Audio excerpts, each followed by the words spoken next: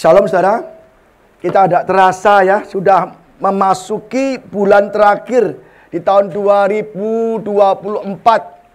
Saya juga rasanya kok tahun ini cepat banget saudara ya. Habis Natalan, ini kita mau Natalan lagi saudara. Tapi yang kita tanyakan bukan Natalan lagi, tapi apa yang sudah kita lakukan selama setahun ini. Apakah kita tahun lalu dengar Natal, terus kita bertobat, berubah, atau masih sama dari tahun ke tahun? Nah, itu pertanyaannya. Jangan sampai kita tidak berubah, jangan sampai kita tetap dari dulu sampai sekarang, bahkan selama-lamanya, kan? Nggak boleh. Kita berubah. Dari kita tiap bulan terima tubuh dan darah Yesus, ya kan? Untuk supaya kita ingat itu loh, Yesus mati, disiksa, disalib, dianiaya, supaya kita yang percaya kepada Yesus diselamatkan, ya kan? Tapi pertanyaannya, apakah kita sudah hidup dengan ciptaan yang baru? Kalau tidak, saudara, Tuhan itu akan memberikan hukuman pada kita yang pernah dengar firman yang lalu. Tuhan akan menghukum kita dengan berbagai masalah, sakit penyakit, ya, keuangan, bisnis, keluarga, apapun. Tuhan berikan kita hukuman, bukan tidak mengasihi kita, justru mengasihi kita. Tuhan ingin perhatian kita kepada Tuhan. Maka kalau kita nggak kasih sakit penyakit, tidak kasih masa keuangan, bisnis usaha, kita tidak pernah melihat Yesus, tidak pernah mendengarkan Yesus, tidak pernah kita ke gereja atau berdoa. Maka terkadang harus melalui masalah, harus melalui malapetaka, harus melalui musibah, sakit penyakit yang berat sekalian, supaya Tuhan mendapat perhatian kita. Tuhan ingin kita perhatian, fokus kita kepada Tuhan. Ya, hari ini saya akan sampaikan khotbah yang berjudul ya dengan kitab Yunus. Kita belajar Hosea, Yoel, Amos, ya kan. Nah, nanti kita belajar lagi ada Habakuk, ya kan. Nanti kita belajar lagi mengenai Yunus, besok lagi Mika dan Nahum. Kita belajar 12 nabi-nabi kecil, ya, kitab nabi-nabi kecil, bukan nabinya kecil atau bukan pesannya nggak penting. Nabi-nabi kecil ini, kitab ini adalah kitab yang paling ringkas, paling pendek. Yunus pun juga demikian, hanya 4 pasal. Totalnya cuma 48 ayat. Itu sangat ringkas sekali. Maka kita belajar apa makna, apa arti tentang kitab Yunus. Jadi saudara yang tidak baca Alkitab, tahu. Jangan kalau ditanya, apa kitab Yunus? Oh, Yunus dimakan ikan. Ya, ditelan ikan. Itu saya sudah tahu dari SD, saudara. Dan sekali itu tahu, oh Yunus di dalam perut ikan, ya kan? Ya, itu orang fasik gak terima. Orang fasik tidak mau tahu. Itu kiasan, itu alegori. Mana bisa orang di perut ikan 3 hari 3 malam, kan? Apa nggak bercampur dengan makanan-makanan lain, bercampur dengan air, bercampur dengan, waduh, kita sudah pasti matilah dalam 2 jam. Tapi orang itu tidak tahu. Maka kadang orang tidak percaya itu, katanya Alkitab itu adalah bohong. Masa iya manusia di perut ikan 3 hari 3 malam nggak mati, ya kan? Itu maka kita belajar pada hari ini apa kebenaran firman Tuhan tentang kitab Yunus, ya. Kita lihat dulu. Jonah, the son of Amittai, atau Yunus atau Jonah, itu artinya merpati, dove, ya kan? Keren ya artinya merpati, makanya suka terbang, suka pergi-pergi, kan? Niniwe, ya kan? Kita kan kalau Yunus pasti ada Niniwe. Kita belajar Niniwe sekarang kayak apa, ya kan? Niniwe sekarang merupakan kawasan reruntuhan yang sebagian menjadi pinggiran kota Mosul di Irak. Jadi Niniwe itu di Irak, ya. Zaman sekarang kota kuno Niniwe itu berdiri di tepi sungai Tigris, di pinggiran timur kota Mosul saat ini. Ya, ini kita lihat petanya. Ini Israel, ya kan? Israel di sini, Niniwe di sana. Niniwe adalah ibu kota dari bangsa Assyria atau Asyur. Jadi Asyur ibu kotanya adalah Niniwe, ya. Kita harus tahu dulu nih, ya kan? Tahu kita nggak. Jadi sana Assyria. Saya tidak orang-orang jahat, ya saudara, ya. Nah, itu Yunus itu adalah dia menginjil, ya, pada zaman Raja Yerobeam II tahun 786 sampai 746 sebelum Masehi. Ini hampir bersamaan dengan Hosea. Ya, tumbang tindih waktu hampir bersamaan, ya. Kita lihat apakah benar bahwa Yunus ini ministrinya sekitar tahun ini. Kita lihat 2 raja-raja 14 ayat 23 sampai 25. Dalam tahun ke-15 zaman Amasya bin Yoas, Raja Yehuda, Yerobeam anak Yoas, Raja Israel. Israel itu adalah Israel Utara ya, 10 suku. Menjadi raja di Samaria, ia memerintah 41 tahun lamanya. Ia melakukan apa yang jahat di mata Tuhan. Ia tidak menjauh dari segala dosa Yerobeam bin Nebat yang mengakibatkan orang Israel berdosa pula. Ini Israel Utara ini sungguh-sungguh jahat banget, sangat-sangat jahat, mengerikan. Ia mengembalikan daerah Israel dari jalan masuk ke Hamat sampai ke Laut Araba sesuai dengan firman Tuhan Allah Israel. Kita perhatikan, telah diucapkannya dengan perantara hambanya Nabi Yunus bin Amittai dari Gad Hefer. Jadi Nabi Yunus sudah ada di zaman raja-raja. Dia ministnya zaman raja-raja. Kita mulai ayat pertama. Panggilan Yunus dan ketidaktaatan Yunus ya. Yunus 1 ayat 1 sampai 17. Ini kita belajar ayat 1 dulu. Datanglah firman Tuhan kepada Yunus bin Amittai. Demikian, bangunlah, pergilah ke Niniwe, kota yang besar itu. Berserulah terhadap mereka karena kejahatannya telah sampai kepadaku. Jadi jelas sekali bahwa Niniwe kota besar, kota megah, ya, bahkan dikatakan perjalanan 3 hari ya, lebar gedenya Tuhan. Gedenya Niniwe, dan itu sangat jahat sekali.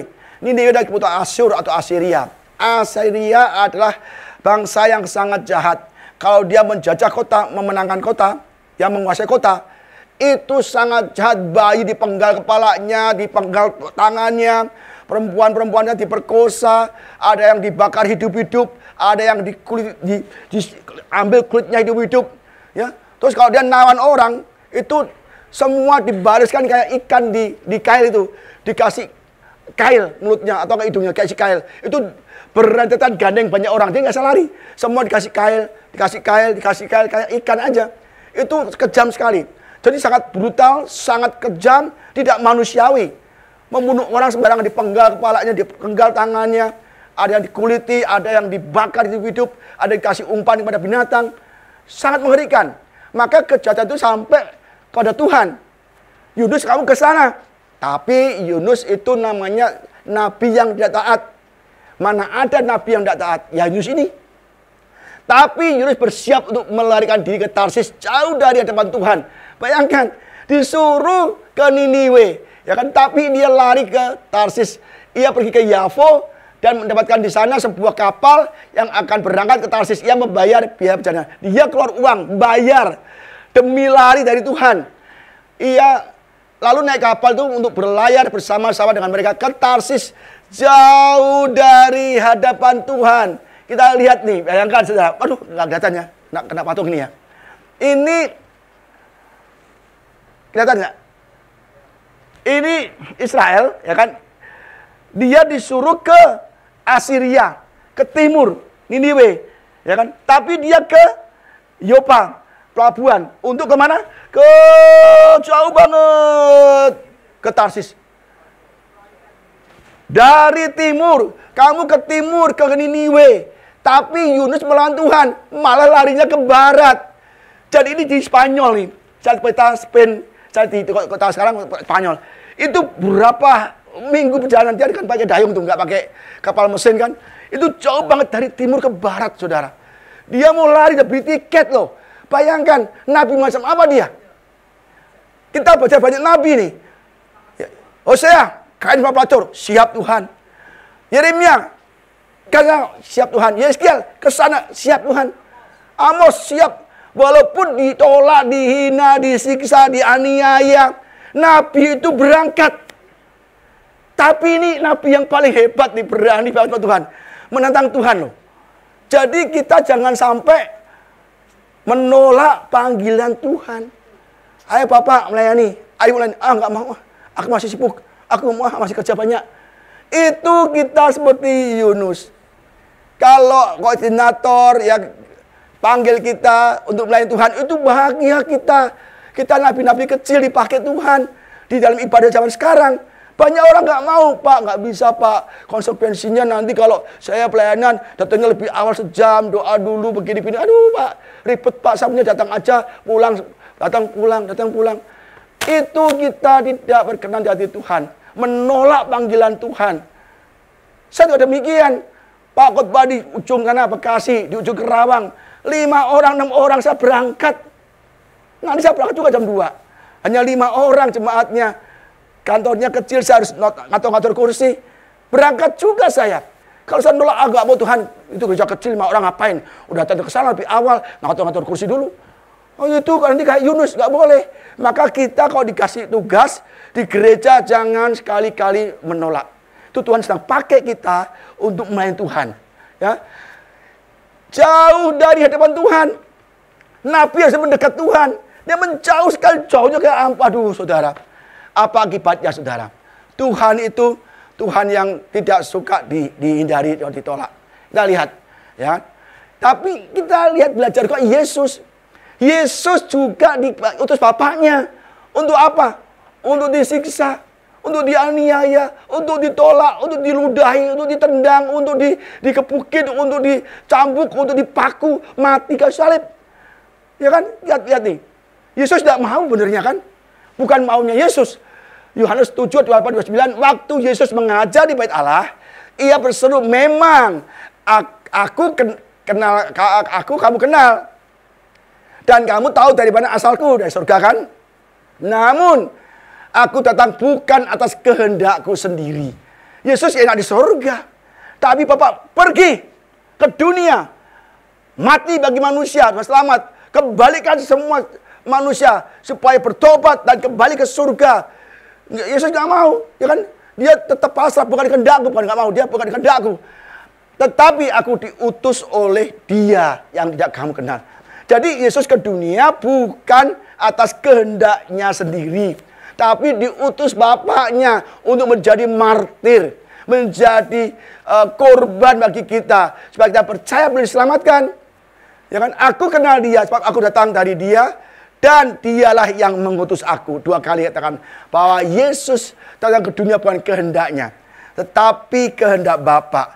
Bapa adalah yang punya inisiatif untuk memberikan kita keselamatan. Tanpa Yesus kita tidak akan selamat.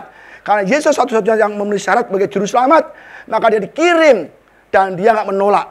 Bapak nggak bisa, enak aja, enak di surga. Oh di surga dipuji-puji malaikat. Aku ke dunia, aduh di kandang domba. Akhirnya di palungan dibaringkan, dianiaya, disiksa, ditolak, dihina, difitnah. Nggak enak kan? Nggak enak. Yunus hanya disuruh aja pergi ke Niniwe, ngomong aja firmanku satu. Nggak mau. Bagaimana disuruh kayak Yesus? Jadi kalau kita disuruh atau diminta untuk pelayanan gereja, jangan menolak. Pak, saya nggak bisa, Pak. Tenang saja. Tuhan mampukan kita kalau kita bersedia. Kalau kita nggak mau, ya sudah, Tuhan nggak tolong. Gitu loh. Ya, apa konsekuensinya? Lari dari panggilan Tuhan. Kita lihat, saudara. Tetapi Tuhan menurunkan angin ribut ke laut. Ya kan? Lalu terjadilah badai besar, sehingga kapal itu hampir terpukul hancur. Kapalnya tahu-tahu Tuhan ngamuk nih. Oh, kamu lari daripada aku, enak saja. Kata Mazmur apa? Di langit ada Tuhan, di bawah bumi ada Tuhan, dasar lautan ada Tuhan. Kemana aku pergi ada Tuhan. Nggak bisa lari. Kata tahu. Oh, di langit pasti ada Tuhan, di bawah bumi ada Tuhan, di laut ada Tuhan, dimanapun kita berada ada Tuhan. Tuhan tahu. Oh, kamu begitu, enak saja mau lari daripada aku. Langsung kapalnya datangkan ombak yang besar, badai yang besar, sampai kapal itu hampir hancur. Betapa besarnya ombak itu sampai kapalmu hancur. Mengerikan, saudara. Kalau Tuhan marah, Tuhan akan datangkan hukuman pada kita yang berat. Kalau saudara dibikin bangkrut gimana? Pak, saya dulu kaya, Pak, sekarang bangkrut. Pak, dosa sehat, sekarang kanker. Atau mau apa kita? Nggak bisa apa-apa. Karena Tuhan ingin kita kembali kepada panggilan kita. Kamu udah dibaptis, kamu udah selamat. Kamu nggak mau melayani aku, nggak mau beribadah melayani kita. Dihajar sama Tuhan. Jangan sampai kita menolak panggilan Tuhan. Jangan sampai kita menolak untuk pelayanan. Jangan kita menolak untuk ibadah. Sungguh-sungguh. Tuhan sungguh gampang membalikkan otak kita. Dibikin stroke, dibikin kita jantungan, dibikin kita cancer, dibikin kita bangkrut mau apa? Mau nggak? Lebih baik kalau disuruh pelayanan daripada nanti ditunggang balikkan pekerjaan kita. Jangan sampai ya. Awak kapal menjadi takut, masing-masing berteriak-teriak kepada Allahnya. Ternyata di kapal orang pagan, kapal orang fasik, dan mereka punya Allahnya masing-masing. Jadi Yunus pergi ke kapal untuk ke Tarsis, ya kan, ke Spanyol, yang mungkin jauh sekali, dia mau menghindar dari Tuhan. Kok menghindar dari Tuhan? Emang Tuhan itu jauh, di bumi itu kecil Tuhan, kemanapun juga ada Tuhan kan. Ya kan, tidak bisa menghindar. Tuhan tuh, bumi itu kayak kecil banget kok. Ya kan? Jadi ini kapalnya berisi orang pagan, berisi orang-orang kafir yang mempunyai dewa-dewa masing-masing, ya kan? Awak kapal jadi takut, masing-masing berteriak kepada Allahnya. Allahnya Allah kecil kan, berarti dia berhala. Dan mereka membuang ke dalam laut segala muatan kapal itu untuk meringankannya. Dia berteriak dan Allahnya Baal, dan dia berusaha juga membuang semua muatannya supaya kapalnya tidak tenggelam, tapi dia agak naik dikit. Karena terlalu berat, kenapa? Ombaknya terlalu besar sampai kapal mau hancur. Betapa kerasnya mereka berteriak sama Baal-Baalnya, ya kan? Tetapi Yunus telah turun ke dalam ruang kapal yang paling bawah dan berbaring di situ lalu tertidur dengan nyenyak. Ini Yunus memang luar biasa sekali. Kapalnya mau hancur, gelombang besar, kok bisa tidur, saudara? Ya kan? Dia tahu, sadar, ini pasti Tuhan. Pasti Tuhan. Dia cuek, ada Tuhan, jangan diputus Tuhan. Mau diapain Tuhan, aku mau tidur. Aku udah bilang, aku udah beli tiket, aku udah dalam perjalanan ke Tarsis Tuhan. Dia tidur aja, karena dia tahu ini karena Tuhan. Karena dia lari dari panggilannya. Dia tahu Tuhan memanggil dia, menghukum dia di kapal ini supaya Yunus tuh sadar. Tapi nggak mau sadar, nggak mau tahu, tinggal tidur, ya kan? Datanglah nakoda mendapatkannya sambil berkata, bagaimana mungkin engkau tidur begitu nyenyak? Bagaimana mungkin kami berusaha keras membuang semua muatan-muatan di kapal. Kita berdoa kepada Allah kami. Kok kamu tidur ngorok enak banget? Kok bisa-bisanya? Di bahasa kisah, you are sleeper. Why you sleeper can sleep like this? No? Jadi kita benar-benar dia gak urusan, ya kan? Apa katanya? Bangunlah, berserulah kepada Allahmu, ya Allah besar, Allah Yahweh, ya kan? Barangkali Allah itu akan mengindahkan kita sehingga kita tidak binasa, ya kan? Dia tidurnya santai, tidur. Jadi tahu ini karena Tuhan, karena dia lari dari Tuhan, kan? Tapi dia cuek, tapi Tuhan lagi. Lalu berkatalah mereka satu lain, marilah kita buang undi. Supaya kita mengetahui karena siapa kita ditimpa oleh malapetaka. Mereka membuang undi dan Yunuslah yang kena undi. Zaman dulu untuk mencari seseorang pakai undian, pakai undi. Kayak akan waktu dia mengalahkan bangsa Amalek, akan menjarah emas, pakaian, ya kain-kainnya bagus, dipendam di kemahnya. Akhirnya Israel dikutuk. Kalau melanggar Tuhan dikutuk. Ya, mengandalkan Tuhan, basmi semua yang emas perak untuk Tuhan, tapi diambil oleh Akan. Akhirnya begitu habis menang dari perang melalui Amalek yang besar, dia perang lagi ke suku Ai, bangsa Ai yang kecil. Bangsa Ai kecil, tapi bangsa Israel dikalahkan. Tuhan, bangsa besar kita kalahkan dengan mudah. Kenapa bangsa Ai kecil gitu aku kok kalah? Karena umat muda setia. Ada orang yang mengambil barang yang dikhususkan untuk Tuhan. Lah, gimana caranya? Kan tidak tahu. Buang undi. Diundi per suku, artinya per keluarga, akhirnya per orang ketangkeplah si Akan. Demikian juga Yunus, dibuang undi, jebret. Yunus yang ketahuan bahwa Yunus yang bikin malapetaka. Karena Yunus, maka ada malapetaka ini ya saudara. Kita lihat, berkatalah mereka kepadanya, beritahukan kepada kami karena siapa kita ditimpa oleh malapetaka ini. Apa pekerjaanmu, dari mana engkau, apa negerimu, dan dari manakah bangsa manakah engkau. Akhirnya kita ketahui Yunus diinterview, bukan diinterview ya, interogasi kan. Yunus, ini undinya kena kamu nih, ya kan? Kenapa bisa begini nih? Aku benar-benar nggak tahu nih, ya. Dari mana kau, ya kan? Dari manakah engkau? Apa pekerjaanmu? Oh, detail diinterogasi kan, ditangkap polisi diinterogasi. Karena ketahuan kan, dari mana engkau datang? Apa negerimu? Dan dari bangsa manakah engkau? Jadi banyak kru-kru itu banyak yang di penumpang itu banyak dari berbagai bangsa, berbagai bahasa dan berbagai Allah, ya. Nah, tanya itu. Katanya Yunus pada mereka, aku seorang Ibrani, ya kan? Aku takut akan Tuhan. Ya, ini yang luar biasa. Allah yang empunya langit, yang telah menjadikan lautan dan daratan. Dia di lautan ngomong itu, ini aku punya Allah Yahweh yang menciptakan langit, menciptakan laut dan daratan. Wih, keren banget kan? Dia ngomong gitu. Dan aku orang takut akan Tuhan. Ya bisa sih gak takut akan Tuhan. Dia lari kok. Ya kan? Dia mau takut akan Tuhan. Kok takut apa lari dia? Nah, dia kenal Tuhan, kita gak mau. Dia gak takut akan Tuhan. Orang-orang itu menjadi sangat takut lalu berkata kepadanya, apa yang telah kau perbuat? Sebab orang-orang itu mengetahui bahwa ia melarikan diri jauh dari hadapan Tuhan. Hal itu diberitahukannya kepada mereka. Jadi apa yang kau lakukan dengan Allah pencipta laut, pencipta darat dan langit, ya kan? Mereka dengar dari banyak orang, oh kamu lari dari panggilan Tuhan, ya. Jadi kita jangan sampai aku takut akan Tuhan, aku orang percaya, tapi di hidup lain nggak mau menolak, disuruh begini nggak mau menolak. Waduh, itu namanya nggak cinta Tuhan.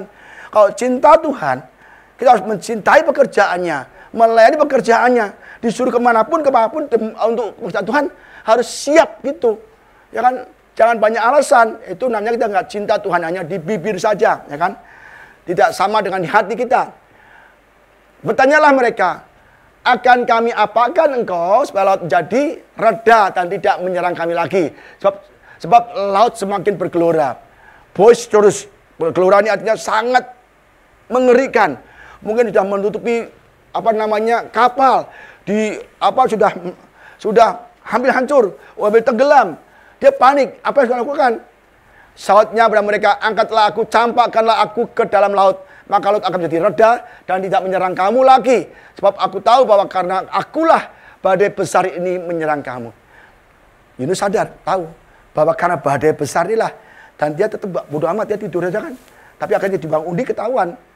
Gimana caranya? Jangan sampai kami binasa semua. Tapi Yunus ada beri kemanusiaan. Daripada semua hanyut, udahlah. Karena aku lempar ke laut pasti ada reda, ya kan? Tapi orang itu juga orang pagan itu baik-baik. Orang mereka tidak langsung lempar dia ke laut. Dia berusaha, dia nggak tega. Masa lempar satu kru ke laut? Kan kita nggak etis kan, lempar satu orang ke laut. Padahal dia tahu lempar aku sembuh, kan? Tapi akhirnya dia berusaha lagi tanpa dengar Yunus. Lalu berdayunglah orang itu dengan sekuat tenaga untuk membawa kapal ke darat. Tapi mereka tidak sanggup sebab laut semakin bergelora menyerang mereka. Dia berusaha supaya Yunus itu tidak dibunuh di lempar laut. Dia berusaha ke darat, dayung. Dia ke darat supaya dilemparkanlah Yunus ke daratan supaya selamat tuh loh. Enggak dilempar ke laut, tapi Tuhan punya perkara lain. Ya, kamu berusaha mau berikan Yunus selamat dari laut, mau lari ke darat, kau nggak bisa. Ke darat semakin bergoncang, ke darat makin gelora, semakin keras dia berdayung, semakin kapal hampir tenggelam. Karena apa? Menyerang mereka. Akhirnya mereka pasrah. Ya udahlah dia mendayung keras kan, dia cerita semua terus mendayung keras, tak bisa. Akhirnya terjadi saudara. Ya kan? Lalu berserulah mereka kepada Tuhan. Ini Tuhannya huruf besar. Mereka siapa? Orang-orang pagan. Dia punya Allah-Allah dan berteriak, sudah minta tolong, sudah minta keselamatan, tapi tetap ada ombak. Berarti Allah-Allah mereka, kepercayaan mereka tidak bisa menyelamatkan mereka. Akhirnya Yesus cerita bahwa Allahku adalah Allah pencipta lautan, maka mereka percaya. Terjadi revival di kapal. Berseru mereka kepada Tuhan. Katanya, ya Tuhan, janganlah kiranya engkau biarkan kami binasa karena nyawa orang ini. Dan janganlah engkau tangguhkan dari kami darah orang yang tidak bersalah. Sebab engkau Tuhan yang telah berbuat seperti yang kau kehendaki loh. Orang pagan sekapal mulai berseru kepada Tuhan Yahweh. Allahnya Yunus. Yang dulu punya Allah banyak, dia berseru gak dengar.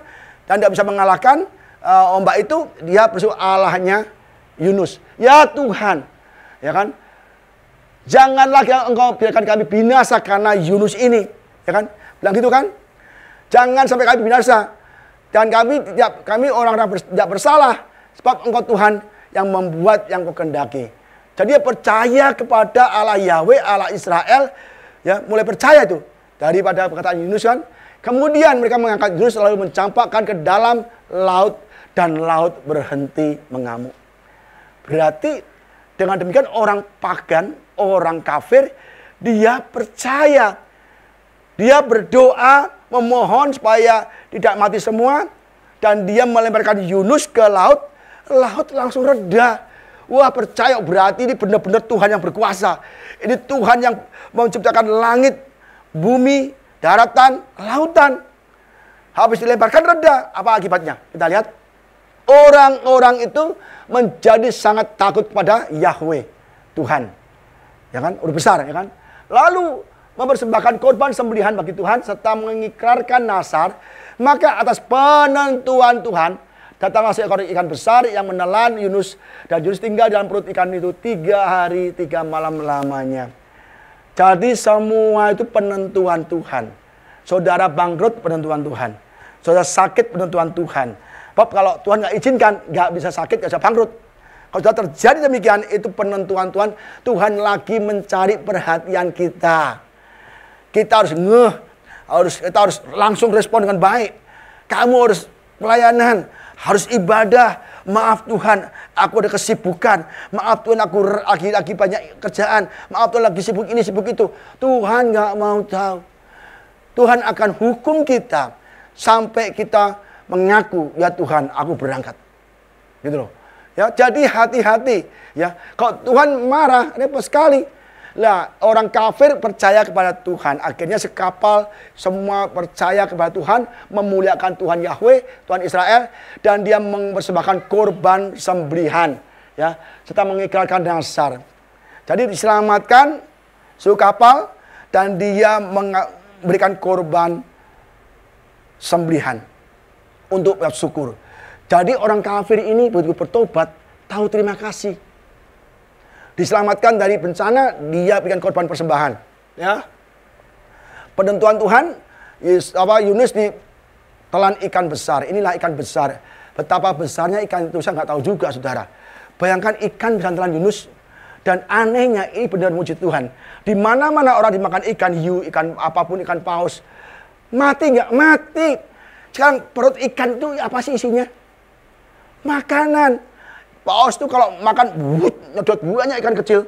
Itu memenuhi perutnya. Memenuhi lambung perutnya. Dan itu punya makanan, air, makanan ikan kecil-kecil. Baunya amis. Dan situ ada enzim untuk mencerna semua makanan. Supaya menjadi makanan kan dicerna, dihancurkan oleh enzim penghancur. Lah bayangkan, Yunus bisa tinggal dalam perut ikan 3 hari 3 malam, nggak mati gimana? Artinya apa? Di dalam masalah atau yang berat begini, di mana ada Tuhan, pasti ada mujizat. Ya dong, di perut ikan besar, ikannya serumah dong, ikannya gede. Dan Yunus bisa bernapas loh. Itu gelapnya kayak apa? Bisa gelap banget, udah gelap mungkin dia berenang di antara makanan-makanan yang dihancurkan. Dan dia pun mungkin harusnya juga hancur juga kan. Dia juga sebagai makanan paus, pasti dihancurkan juga karena ada enzim penghancur. Di sini nggak ada paus, tapi ikan besar kan. Jadi benar-benar ini mujizat Tuhan. Sampai Yunus bisa bertahan 3 hari di dalam perut ikan. Saya rasa Tuhan bungkam itu ikan besar, padahal nggak makan dulu 3 hari. Sebab puasa, sebab kering kan. Ya dong, kalau makan mati Yunus. Mungkin nggak makan 3 hari 3 malam, perutnya kosong. Ada ruangan untuk Yunus kan. Ya kan? Ya itulah Tuhan hukumnya. Dan itu banyak orang nggak percaya. Pak, tidak mungkin Pak, masa orang ditelan ikan besar, ikan paus misalnya kan, kok nggak mati 3 hari 3 malam, orang nggak percaya. Orang kafir nggak percaya, saudara kita sepupu nggak percaya. Banyak orang nggak percaya ini adalah kiasan, atau mungkin alegori, atau mungkin gambaran yang tidak sesungguhnya. Tapi kalau saudara bilang demikian, saudara adalah orang malang. Sebab ini benar-benar terjadi. Yunus itu ada di perut ikan 3 hari 3 malam. Dan ini dikonfirmasi oleh Yesus sendiri. Yesus ngomong sendiri bahwa ini kebenaran, maka Yesus ngomong di Matius 12 ayat 31, tetapi jawabnya kepada mereka, angkatan yang jahat, yang bengkok hatinya, tidak setia ini menuntut suatu tanda, tapi kepada mereka tidak akan diberikan selain pada tanda Nabi Yunus. Yesus mengakui ada nabi namanya Yunus. Kita lihat lagi apa kata Yesus kan tentang Yunus. Sebab seperti Yunus yang tinggal dalam perut ikan 3 hari 3 malam, demikian juga anak manusia akan tinggal dalam rahim bumi 3 hari 3 malam. Ya, jadi Yesus tidak mungkin mengutip ya perjanjian lama yang tidak terjadi. Dia mengutip Nabi Yunus, dia mengutip Nabi Yunus ditelan oleh ikan besar 3 hari 3 malam nggak mati kan? Maka Yesus mengatakan padanya sesungguhnya. Jadi ini bukan kiasan, bukan gambaran yang tidak terjadi, tapi ini benar-benar terjadi. Sampai Yesus sendiri mengakuinya. Ya kan? Pada waktu penghakiman, orang-orang Niniwe akan bangkit bersama angkatan ini dan menghukum juga. Sebab orang-orang Niniwe itu bertobat setelah mendengar pemberitaan Yunus, dan sesungguhnya yang ada di sini lebih besar dari Yunus. Dilempar, ya kan? Terus reda, dimakan ikan besar, ya. Dan ini Yesus berargumen kepada orang Farisi, ya kan? Akhirnya Yesus mengatakan tentang Nabi Yunus, ya. Jadi jelas sekali bahwa Yunus pun di Niniwe orang percaya, bertobat.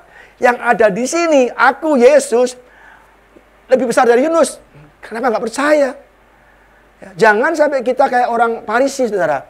Kita kenal Yesus, ke gereja, dengar nama Yesus, tapi kita tidak percaya. Orang Niniwe yang sangat kejam, jahat, dan brutal, dengar kata Yunus langsung bertobat. Kita yang tiap hari dengar firman Tuhan, kita sulit bertobat. Hati-hati, ada hari penghukuman. Akan ada waktu penghakiman. Jangan sampai kita dihakimi Tuhan, kita ditemukan tidak setia, tidak percaya. Apa akibatnya? Masuk ke neraka untuk selama-lamanya. Ya, ini pasal 1 ya. Yang kita pasal 2. Pasal 2 hanya ada 10 ayat. Berdoalah hidup pada Tuhan Allahnya dari dalam perut ikan itu, di dalam kesesakan, di dalam penderitaan yang sangat berat di dalam perut ikan, mungkin gelap, mungkin gimana nggak tahu kan. Yunus baru berdoa pada Tuhan. Dulu waktu sehat, berangkat ke Niniwe, langsung beli tiket ke Tarsis. Kurang ajar juga kan. Akhirnya begitu di perut ikan, dia nggak bisa ngapa-apa. Lu nggak mau bertobat, aku bikin kau dikunyah-kunyah ikan besar, kamu akan menjadi protein habis dimakan ikan, nggak ada apa-apanya. Tapi Yunus bertobat di perut ikan. Apakah kita mau bertobat di penderitaan kita? Nah, jangan sampai kita menunggu kita ada bencana, ya, bangkrut, ya, masalah keluarga, masalah sakit penyakit, cancer, baru kita bertobat. Lebih baik kita bertobat duluan. Kamu pelayanannya siap Tuhan, kamu jadi ini ya siap Tuhan. Harus demikian. Jangan sampai kita nggak enak Pak, mau jadi aser, jadi apa, kolektor, rendah itu Pak, saya nggak mau Pak. Saya maunya di mimbar begini. Ada orang yang maunya mimbar doang, nggak mau aser, saudara. Ya, saya dulu di gereja lain juga jadi aser, terus 3 bulan naik jadi kolektan, ya kan. 2 bulan lagi naik jadi pendamping pendeta tamu, ya kan. Tapi diuji dulu pakai tamu mau jadi aser, mau Tuhan. Jadi kalau kita, walaupun pekerjaan itu tidak berarti di mata manusia, tapi itu mulia di mata Tuhan. Mau jadi pengkhotbah, WL, singer, pemusik, kolektan, aser, itu sama di mata Tuhan. Karena mereka punya banyak talenta, banyak karunia untuk saling melengkapi. Jangan sampai menolak. Ya, jangan kita nanti dikunyah-kunyah sama ikan besar ya. Berdoalah, ini Yunus bertobat. Katanya, dalam kesusahanku aku berseru pada Tuhan. Dalam apa? Dalam apa? Kesusahanku. Ya, kita kalau berseru pada Tuhan, waktu apa? Susah apa? Senang?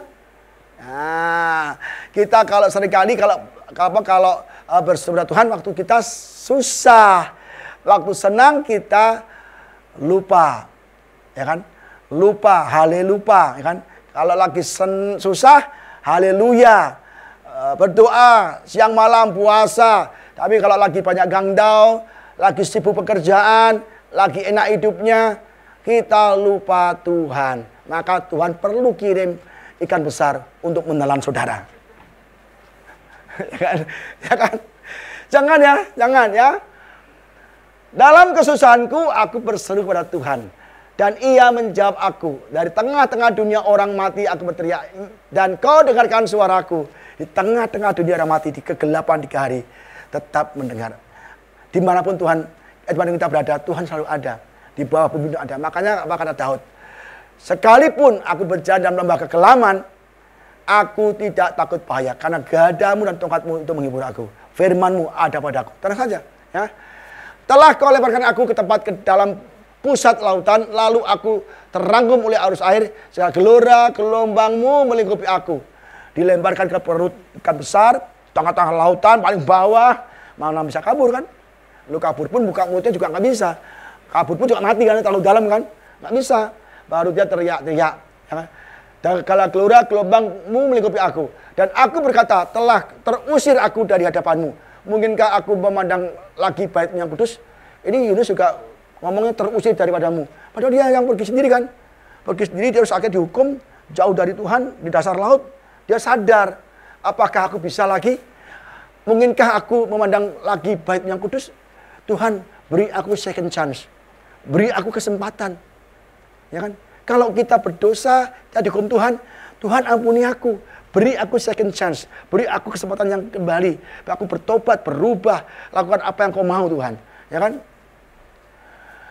Segala air mengepung aku, mengancam nyawaku, samudra raya merangkum laut, lumut lautan membelit kepalaku.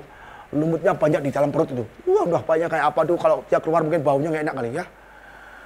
Segala air sudah di dasar gunung-gunung, aku tenggelam ke dasar bumi. Pintunya terpalang di belakangku untuk selama-lamanya. Ketika itulah engkau naikkan nyawaku dari dalam yang kubur, ya Tuhan Allahku. Dia mengakui Tuhan akhirnya. Tuhan, aku sudah terlalu dalam di gunung-gunung laut, samudra, kepalaku ada lumut, ada apa semua. Tapi aku percaya bahwa engkau akan bangkitkan aku dari liang kubur, ya Tuhan Allahku. Dia mengakui. Ya kayak Nabukadnezar. Semuanya karena aku, kemegahanku, semua aku. Langsung dibikin kayak binatang, dia baru mengakui Tuhan engkau segala-galanya. Ketika jiwaku letih lesu di dalam aku, teringatlah aku kepada Tuhan. Ya kan, udah letih lesu, tidak punya apa-apa, udah sakitnya nggak bisa sembuhkan, baru ingat Tuhan. Apa kita mau demikian? Jangan. Lebih baik sekarang ambil keputusan melayani Tuhan. Dan sampailah doaku padamu ke dalam bait-Mu yang kudus. Mereka yang berpegang teguh pada berhala kesia-siaan, mereka lah yang meninggalkan Dia, yang mengasihi mereka dengan setia. Tetapi aku dengan ucapan syukur dan kupersembahkan korban kepadamu, apa yang kunasarkan akan kubayar. Keselamatan adalah dari Tuhan. Lalu berfirmanlah Tuhan pada ikan itu, dan ikan itu pun menuntahkannya Yunus ke darat. Dia mengakui Tuhan.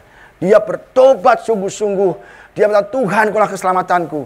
Dia mengagungkan Tuhan, memuji Tuhan, menyembah Tuhan di dalam laut. Ya kan? Mungkin dia nyanyi-nyanyi bahkan kayak audita TVL gini-gini kan. Itu ikannya gatel tuh. Ada nyanyi-nyanyi kan. Itu kan. Lalu berfirman Tuhan pada ikan itu, dan ikan itu memuntahkan Yunus ke darat. Ya kan, di perut ikan mungkin dia berdoa di sana, Tuhan kasih ruangan yang kosong, yang steril dari air. Steril apa misalkan dia di dalam air, di dalam kegelapan, di dalam dasar laut, dia bertobat memanggil nama Tuhan. Dan Tuhan itu baik, karena dimanapun dasar laut pun Tuhan ada. Kata Daud kan, di dasar laut engkau ada, di langit pun ada, di bawah. Dilemparkan ini kayak aku nggak ngerti nih ya. Ini sebenarnya sih hanya ilustrasi saja. Bayangkan ikan paus adanya di mana? Yang besar sekali. Di tengah-tengah laut dalam. Nggak mungkin dia di pantai. Masa segini pantai dia bisa ada ikan paus? Apalagi pantai segini lagi. Ya kan? Pasti itu di laut yang dalam jauh. Tapi bagaimana dia memuntahkan ke darat? Mereka putus. Terus ambil napas. Langsung lempar jauh. Debuk. Daratan langsung. Nggak mungkin dong di pantai begini kan. Nggak mungkin ya. Jadi di laut yang dalam, dekat darat kan langsung pas ambil yang paling dalam, yang ambil kapal yang berlabuh kan, ambil yang paling dalam, dia terus lemparkan Yunus. Semua karena Tuhan, saudara. Tuhan itu berkuasa, saudara. Bisa datangkan ikan besar, menelan Yunus. Yunus 3 hari kalau nggak mati dalam. Itu karena ujian Tuhan. Dan dilemparkan kembali. Kalau Yunus itu menolak panggilan Tuhan, lari dari Tuhan, Tuhan bisa memakai ikan besar untuk melakukan perintahnya. Bahkan Tuhan pun bisa memakai keledai untuk berbicara kepada Bileam. Ya, kita tuh kadang-kadang Tuhan memakai banyak orang, pendeta, dalam hal ini saya, Tuhan melalui firman Tuhan, melalui saudara punya saudara, family, teman-teman, memakai banyak orang untuk menegur saudara, tapi saudara tidak mau tahu. Ini loh. Makanya kadang-kadang saya ajak, yuk ke gereja, ayo ke gereja. Mereka pada banyak alasan. Maaf Pak, saya lagi renovasi rumah. Maaf Pak, saya lagi sibuk. Maaf Pak, pam saya mati. Maaf Pak, bayar saya nggak jalan. Pak, maaf Pak. Terus ada. Tiap minggu ada masalah. Kalau Senin, Jumat, nggak ada masalah. Anehnya masalahnya Sabtu Minggu aja. Saya sering panggil orang, ayo. Kenapa? Saya ingin mereka selamat. Tapi tidak mau, ya sudahlah. Nanti kalau udah Tuhan berurusan sendiri, dimakan ikan besar, artinya banyak masalah yang berat-berat, baru nanti mereka akan ke gereja. Ya kan, ya udah kita tunggu aja sampai Tuhan menelan mereka oleh ikan besar. Itu masalah berat. Maka saya sudah nggak mau lagi, ya kan, sudah tak kasih berpuluh-puluh kali atau berbelas-belas kali, undang ibadah, undang pelayanan, tapi pada nggak mau, ya sudah. Jadi resiko tanggung sendiri. Jangan sampai kita pergi dari Tuhan. Tuhan yang berkuasa atas kita, Tuhan yang punya surga. Jangan kita pikirkan apa yang di belakang, pekerjaan, rumah tangga, anak, hewan peliharaan, hobi kita, kesibukan kita, ya. Tapi kita terus tidak ibadah, jangan. Kita sedang menjadi berhala-berhala. Ya, kita akan membuat berhala-berhala kita. Lebih baik kita patuh hari Minggu ibadah, ditunjuk pelayanan, ya. Begini ya. Yunus mengakui, maka sekarang ini bertobat. Nah, sekarang kita lihat ke lantai ayat pasal 3. Ini juga 10 juga kayaknya ya. Datanglah firman Tuhan kepada Yunus untuk kedua kalinya. Demikianlah, bangunlah, pergilah ke Niniwe, kota yang besar itu, sampaikanlah kepadanya surat berfirman kepadamu. Yunus sebenarnya dari awal sudah dipanggil untuk ke Niniwe untuk berfirman, untuk menyampaikan firman Tuhan, tapi dia nggak mau. Kenapa nggak mau? Karena Tuhan Yunus tahu bahwa Niniwe itu jahat sekali, musuh Israel, tidak layak terima keselamatan. Maka dia nggak mau. Tuhan nggak mau ngapain? Itu kan jahat sekali, kejam, menindas Israel, membunuh Israel dengan kejam, menyiksa, menganiaya, sangat kejam dan brutal. Ngapain ke sana? Nggak mau dia lari dari katarsis. Aku tahu Tuhan, aku ke sana juga percuma. Kalau engkau punya belas kasihan juga kau ampuni mereka. Aku nggak mau mereka diampuni karena musuh Israel. Dan dia tidak layak terima keselamatan. Aku nggak mau, aku tahu Tuhan pengasih. Dia ngomong gitu nanti di tempat. Alasannya. Ternyata akhirnya Tuhan tetap mau Yunus datang ke sana kedua kalinya. Ya kan? Bangunlah pergi ke Niniwe, kota besar itu, sampaikanlah kepadanya seruan yang kuberikan kepadamu. Bersiaplah Yunus pergi ke Niniwe, sesuai dengan firman Tuhan. Niniwe adalah kota, sebuah kota yang mengagumkan, besarnya 3 hari perjalanan luasnya. Lebih besar dari Jakarta. Dikatakan di Alkitab, banyak scholar atau banyak orang menafsirkan, itu lebarnya, diameternya 60 mile atau 100 kilometer. Bayangkan, radiusnya, diameternya tuh 100 kilometer. Jakarta, Bekasi, Kerawang, Tangerang itu semua satu kota Niniwe, besar dan megah. Maka kalau megah besar itu banyak kejahatan, ya. Mulailah Yunus masuk ke dalam kota itu, sehari perjalanan penuhnya, sehari perjalanan, lalu berseru 40 hari lagi maka Niniwe akan ditunggang balikan. Ini saja. Ini Yunus ini kurang serius, ogah-ogahan. Orang nggak pasal begini. Pergi ke sana, sampaikan firmanku. Dia nggak ngomong apa-apa. Kota 40 hari lagi Niniwe akan ditunggang balikan. Oleh siapa? Nggak disebut. Dia nggak ngomong gini, kayak Nabi Nuh atau Lot ya. Ayo bertobat. Bentar lagi ada air bah, bertobat. Tidak. Bertobat. Tuhan akan menunggang balikan kota Niniwe 40 hari lagi. Ayo bertobat. Enggak.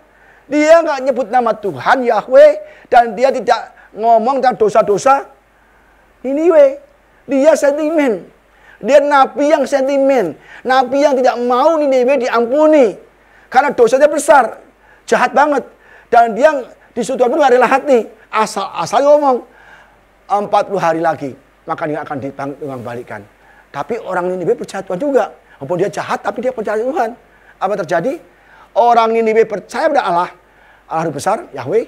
Lalu mereka mengumumkan puasa. Mereka, baik orang dewasa pun anak-anak, mengenakan kain gabung ini ke khotbah. Ayo, 40 hari lagi akan dibangkitkan. Itu aja. Itu hanya satu kalimat pendek. Itu yang diucapkan Yunus di kota Niniwe. Ya, tidak tahu siapa yang menghukum. Siapa yang menghukum tidak disebutkan sama sekali. Jadi dia setengah hati. Tapi karena orang Niniwe percaya Tuhan, ya kalau dia jahat, percaya Tuhan, maka semua disuruh puasa.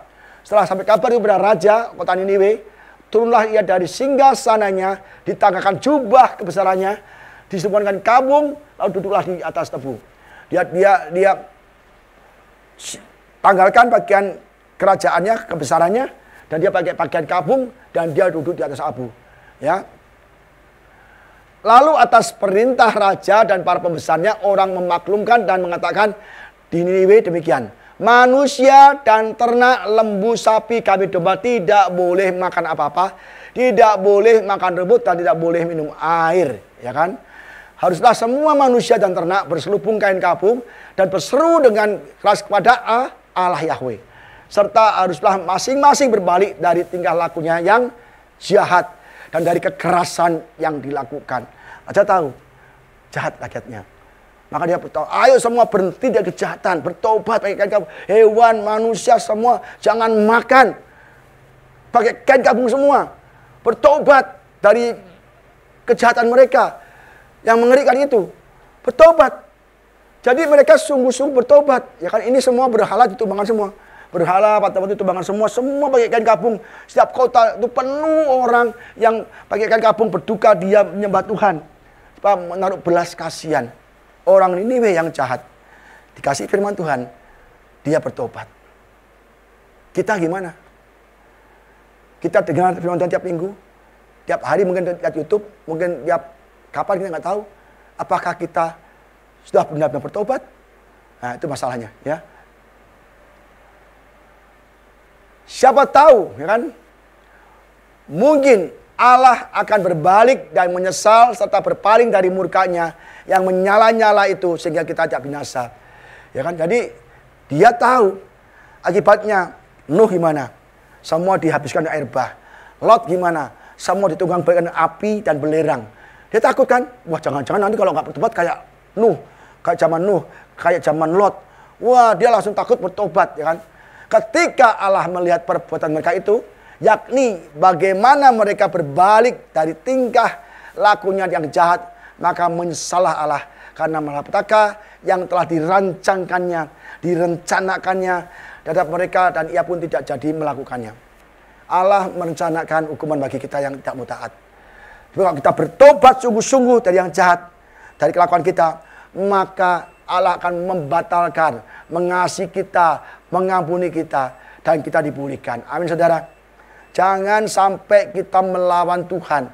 Bertobatlah selagi masih ada waktu kita bernapas. Apakah kita masih bernapas hari ini? Coba ambil nafas dulu. Masih hidup kah, saudara? Tanya, saudara, kamu masih hidup gak? Bertobat hari ini. Maka kita tidak akan dihukum Tuhan. Dibatalkanlah hukuman kita. Tidak ada lagi penghukuman bagi siapa yang di dalam Kristus Yesus. Yaitu yang hidup tidak dipimpin oleh daging, tapi dipimpin oleh Roh Kudus. Kalau kita mau bertobat, tidak ada lagi penghukuman.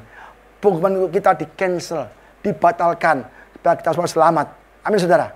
Ya. Dan ia tidak melakukannya. Nah, inilah.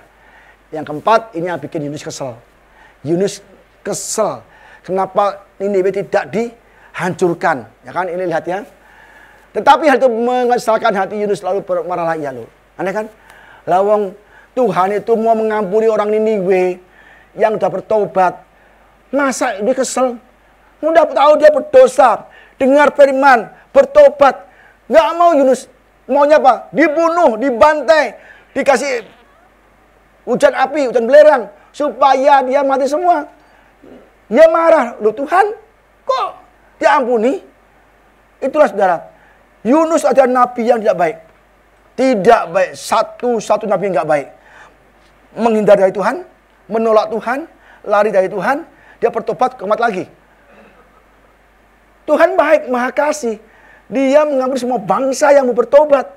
Tapi Yunus tidak suka hati. Tapi hal itu menyesalkan hati Yunus, dan lalu marah ia. Dan berdoa ya pada Tuhan. Lapor lagi, doa lagi. Ya Tuhan, bukankah telah aku katakan itu ketika aku masih di negeriku? Itulah sebabnya maka aku dahulu melarikan dari diri ke Tarsis.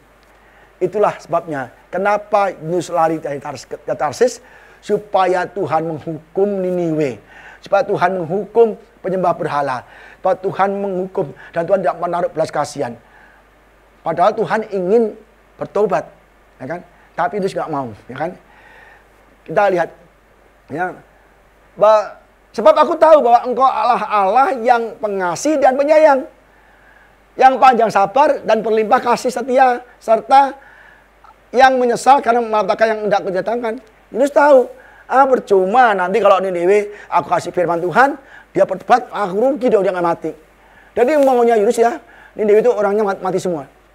Maka dia nggak mau ke Niniwe. Aduh rugi Tuhan, percuma ke sana, ya kan? Aku tahu kok maha pengasih, maha sabar, maha pengampun. Makanya aku gak mau ke sana. Kalau aku ke sana di tempat kok ampuni kan. Nah, ini Yunus nabi yang tidak baik. Dia benar-benar tidak sejalan dengan rencana Tuhan.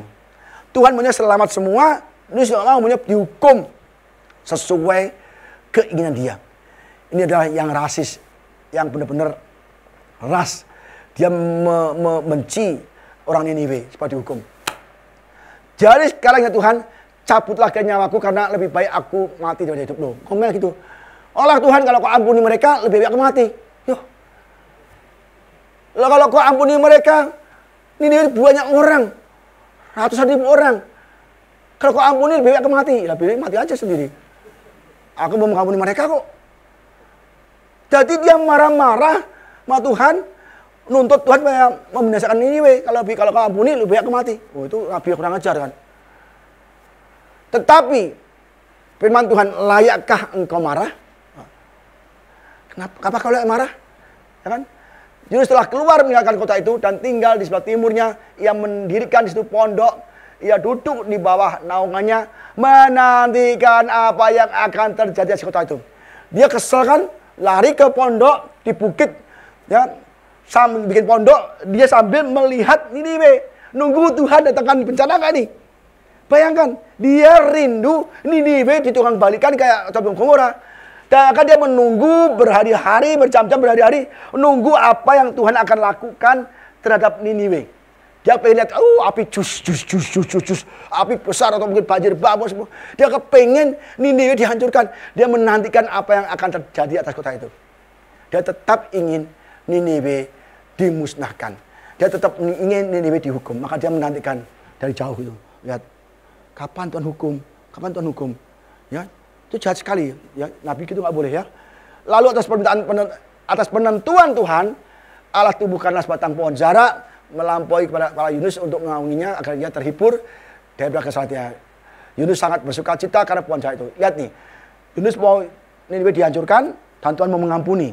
Kita lihat Yeskiel 3:11, katakanlah kepada mereka, demi aku yang hidup, demikianlah firman Tuhan Allah, aku tidak berkenan kepada kematian orang fasik. Tuhan tidak berkenan atas kematian orang Niniwe. Ya. Melainkan aku berkenan kepada pertobatan orang fasik itu dari kelakuannya. Supaya ia hidup. Bertobatlah dari hidupmu yang jahat itu. Mengapakah kamu akan mati, hei kamu Israel? Jadi Tuhan itu mau, menginginkan, lebih senang melihat orang berdosa itu bertobat daripada menghukumnya. Tuhan nggak punya tujuan untuk menghukum kita loh. Tapi kita yang tidak mau menerima Tuhan. Ingat, neraka diciptakan bukan untuk manusia. Tapi untuk iblis, Lucifer, dan semua malaikat pengikutnya. Bukan untuk kita. Tapi mengapa manusia masuk neraka? Karena kita mengikuti Lucifer, mengikuti iblis, hidup dalam dunia ini duniawi, tidak menurut daging, tidak menurut roh, menurut daging. Jadi kita sendiri yang memilih kita untuk masuk ke neraka. Tuhan membuat neraka bukan untuk kita. Ya kan? Dia berkenan ya kepada orang yang bertobat. Aku tidak berkenan dengan orang kematian orang fasik. Maka Tuhan spare save simpan orang Niniwe diselamatkan karena dia bertobat. Itu yang bikin kesal Yunus. Akhirnya Yunus kesal marah-marah.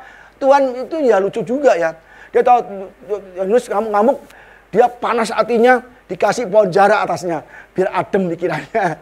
Dia dipanas di bukit nunggu orang Tuhan menghukum Niniwe. Itu enggak begitu, tambah panas dia kan. Kok Tuhan ampuni mereka? Tuhan kasih pohon jara. Pohon jara itu ada pohon merambat supaya dia di pondoknya tuh merambat pohon. Langsung merambat ya. Dan dia adem, langsung sukacita. Lah ini kan aneh kan?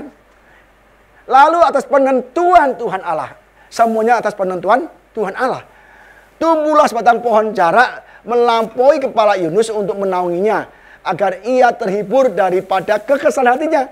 Yunus sangat bersukacita karena pohon jara itu. Jadi Yunus ini dihibur oleh Tuhan.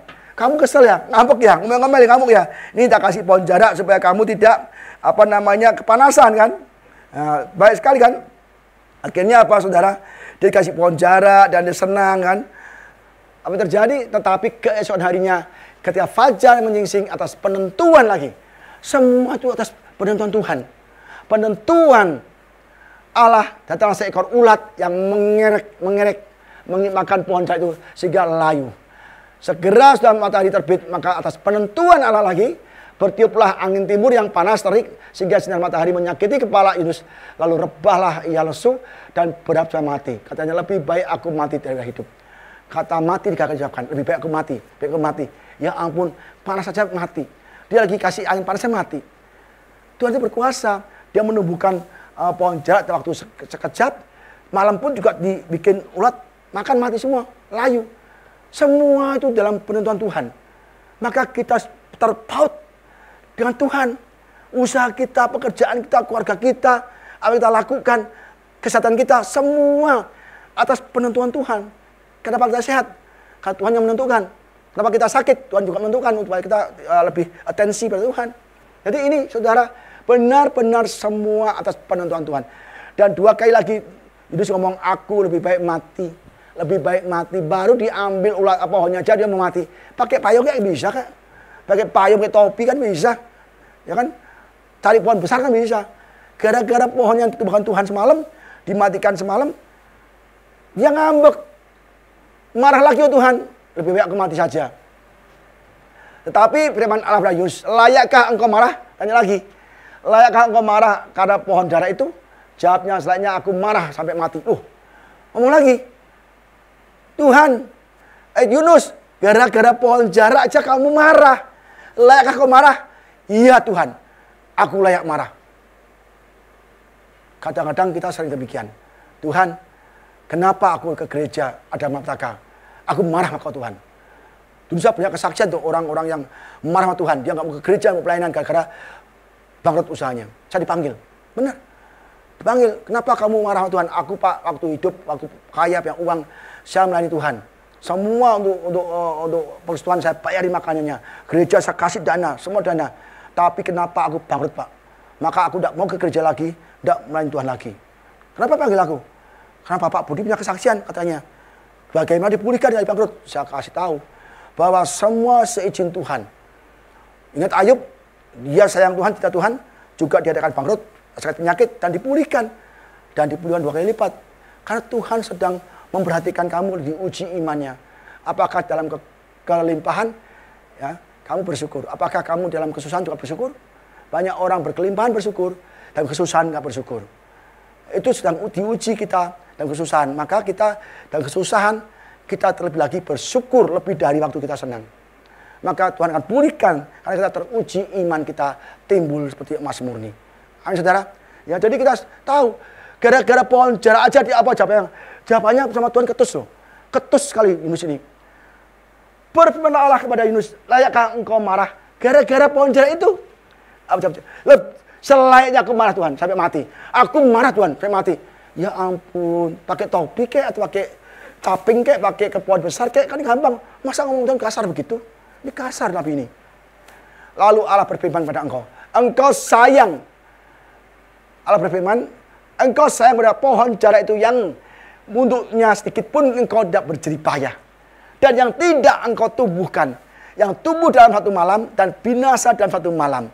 Bagaimana tidak aku akan sayang dan Niniwe, kota yang besar, yang berpenduduk lebih dari 120.000 orang, yang semuanya tidak tahu membedakan tangan kanan dan tangan kirinya dengan ternaknya yang banyak. 120.000 orang yang tidak tahu bedakan tangan yang mana baik dan mana yang benar. Ya, ini orang pada menafsirkan ini adalah anak-anak kecil yang dia belum tahu apa-apa dan bisa membedakan mana yang jahat, mana yang baik. 120.000 orang. Apakah aku tidak sayang sama mereka? Kamu pohon jara aja kamu sayang begitu. Kamu marah-marah. Bagaimana aku tidak menyayangi mereka? 120 orang yang tidak tahu hal yang baik yang jahat. Bahkan mereka adalah lebih dari 600.000 orang di Niniwe itu. Ya, jadi saudara kita harus tahu bahwa kita harus benar-benar percaya pada Tuhan. Ya, ini yang terakhir. Oh bukan, sudah selesai. Ya, musik siap. Jadi kita tahu saudara bahwa kita harus benar-benar percaya segala sesuatu itu dalam penentuan Tuhan. Kita harus benar-benar terpaut dengan Tuhan, beribadah Tuhan sungguh-sungguh, melayani Tuhan dengan sungguh-sungguh. Jangan sampai kita seperti Yunus, yang kita dimasukkan ke perut ikan besar, ke dalam masalah, malapetaka, baru kita bertobat. Sekarang kita cari jiwa-jiwa, kita injili mereka, bawa kepada Tuhan. Amin saudara.